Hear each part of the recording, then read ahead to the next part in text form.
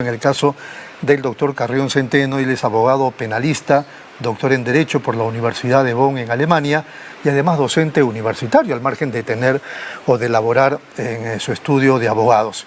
El allanamiento, a propósito de lo que están diciendo la gente del gobierno, a la presidenta Boluarte, violento allanamiento, digamos así, me refiero al tema de la entrada, ¿es por lo tanto arbitrario, abusivo e inconstitucional, como lo están diciendo? Antes que nada, muy buenos días, Rodolfo, doctor, y muy amable por la presentación. Mira, se ha venido diciendo durante los últimos días, sobre todo por parte del Ejecutivo y algunos abogados oficiosos de la presidenta, de que las diligencias de allanamiento e incautación fueron desproporcionadas, abusivas e incluso arbitrarias. Lo dice el gobierno, lo dicen los partidos políticos que han emitido comunicados y lo dicen también un importante sector de empresarios. Claro que sí. Ahora, dentro del análisis estrictamente jurídico, yo creo que no ha sido una diligencia arbitraria, irrazonable. ¿Por qué? Porque debemos de tener en cuenta aquí los despliegues conductuales de la propia Presidenta de la República y de su defensa previo a la realización de esta diligencia, que ameritaron precisamente estas diligencias. ¿Su Por poca ejemplo, o nula colaboración?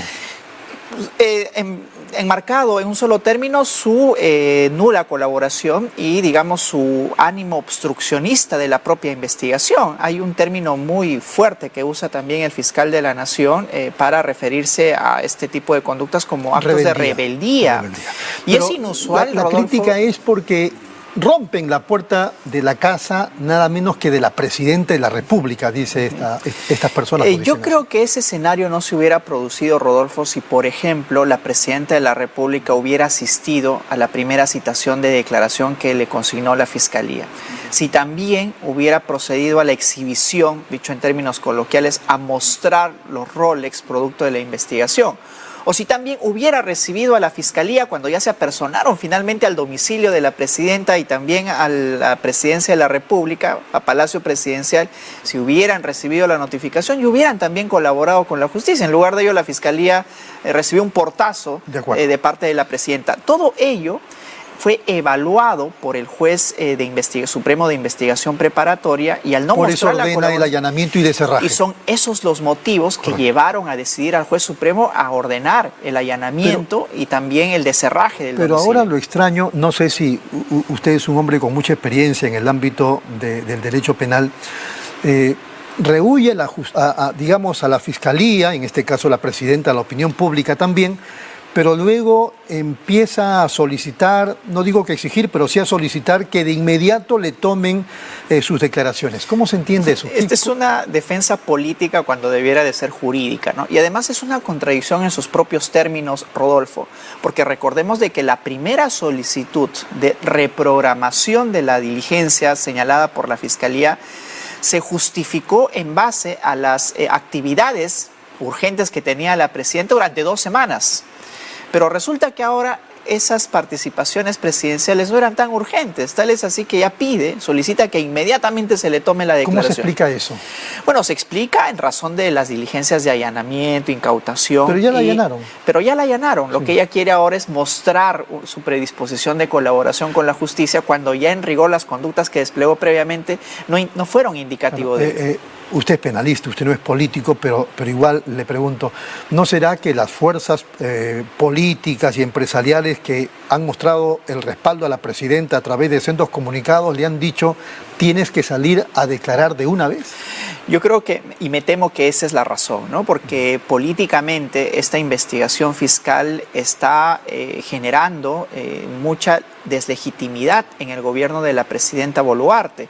Ya no solo porque al principio señaló, Rodolfo, de que ella iba a dar explicaciones a la Fiscalía, se sometía a las investigaciones, lo señaló hace algunas semanas, pero luego resulta que eso era mentira. Así es. Nunca se sometió a las investigaciones, rehuyó a la justicia, no entregaba los roles. En el caso de las investigaciones por los muertos o asesinados, ella asistía, pero guardaba silencio. Que también es posible realizar ese tipo de defensas ahora en la declaración que le vaya a programar la Fiscalía. En principio está programada para el 5, pero dentro de su derecho de defensa, Rodolfo, está también el guardar silencio. Bueno, otra pregunta. La Fiscalía Suprema es la que es a la que le corresponde la investigación a la Presidenta de la República, y a partir de eso se habla de prerrogativa. La Fiscalía tiene la prerrogativa de investigar, no de acusar, pero sí de investigar. Frente a ese contexto, la Fiscalía incluso puede llegar, esto le preguntaron a Ernesto Blume en la televisión también, y él no supo responder en ese instante. A partir de esas prerrogativas, la Fiscalía puede disponer o solicitar, tramitar una detención preliminar. No es posible. ¿Y por qué no es posible? Porque dentro del artículo 117 de la Constitución, Rodolfo, se consigna también la inviolabilidad de arresto. Es usual que en investigaciones comunes y corrientes, después de la diligencia de exhibición, incautación, allanamiento, venga automáticamente las detenciones preliminares. Pero en este caso no es posible únicamente por el estatus que ostenta la Presidenta de la República. Se puede avanzar toda la investigación hasta culminar la investigación preliminar. Y lo que hace en esa oportunidad la Fiscalía es acusar ante el Congreso de la República, pero ahí quedaría la investigación. Ahí sí cabe entonces, porque son las reglas de juego, esto no es porque Dina, digamos, es Dina, sino porque las reglas de juego así lo establecen. Aquí sí cabe la medición con distinta vara. Por supuesto, únicamente por tratarse de la Presidenta de la República. Todos estos temas se discutieron intensamente en el gobierno de Pedro Castillo, de hasta dónde podía llegar la investigación preliminar. Entonces, de algún modo estos comunicados políticos y empresariales tienen razón. O sea, se tiene que actuar considerando que se trata de la Presidenta de la República.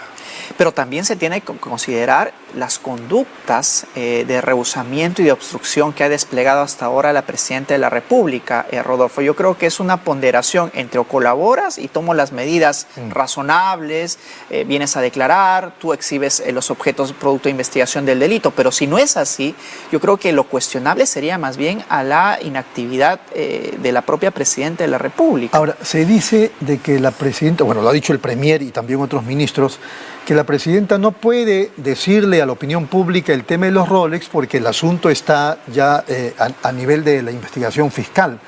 Entonces, la Presidenta, dice el Premier, tiene la obligación de guardar la reserva sobre los Rolex ante este tema. ¿Eso tiene sustento? Yo creo que es equivocar dos planos distintos de defensa, ¿no? Uno es el plano de defensa jurídica, en la que en rigor sí existe la reserva del caso, pero otro es el plano político, y además la propia Presidenta, Rodolfo, se ha comprometido a dar explicaciones al pueblo desde el principio. Claro, pero dicen ahora ya no, porque el tema está en la Fiscalía. Sí, pero yo creo que es confuso. O sea, una cosa es la defensa jurídica y otra cosa es los daños que esa defensa y ese guardar reserva le vayan a provocar dentro de su defensa política. Porque además ella se debe al país que la eligió, digamos, eligió a Castillo además, y ella asume. Y tiene además, y eso se le exigía a Castillo en su oportunidad, el deber de ser transparente para ganar la legitimidad propia de la gobernante en sí. Y eso no lo está desplegando, Rodolfo. Así es que el día de ayer... Entonces, no es verdad. No es cierto, Rodolfo. No está obligada. El día de ayer escuché al Premier señalar de que ella se va a someter a la investigación, pero que no puede declarar más. Y eso es falso, le está causando daños a ella misma. Porque si explicara de dónde obtuvo esos Rolex, Rodolfo, yo creo que ahí sí ya podría concentrarse en su investigación únicamente jurídica, pero ya rebajar los niveles de sobrecarga imputativa que tiene sobre ella, ¿no? Y para terminar, este asunto de las cuentas del Club Apurímac, César Azabache, colega suyo, abogado, penalista, sostiene que no se le está haciendo mucha propaganda a este asunto de las cuentas, pero que eso sería, digamos, más grave incluso que el asunto de los Rolex. Tenía 11 cuentas bancarias con un total de 1.372.000 soles, la presidenta, de más de $2.200 cuando era presidenta del Club Apurímac. Ex socios del club dijeron a Cuarto Poder que fueron expulsados el 2017 cuando le exigieron a Dina Boluarte las cuentas claras. Menos llamativo, pero legalmente más sólido, dice Azabache.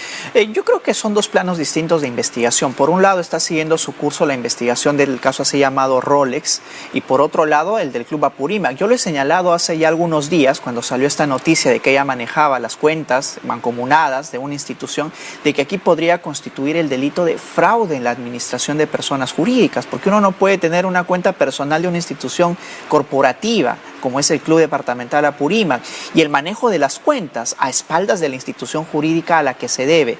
Yo creo que aquí la Fiscalía tiene la oportunidad de ampliar la investigación por el delito de fraude en la administración de personas jurídicas, y las evidencias son en efecto más sólidas, porque tienes la cuenta bancaria, tienes los depósitos que se han realizado, tienes el destino de los dineros a los cuales se había derivado lo que ya ella disponía en las cuentas mancomunadas, lo cual es un caso redondo que no solo abarcaría, y esto es lo peligroso, Rodolfo, fraude en la administración de personas jurídicas, sino también, además, un caso adicional de lavado de activos. Correcto. Doctor Carrión, ha sido muy amable. Muchas gracias, Rodolfo. Muy buenos Vamos a la días. pausa, regresamos.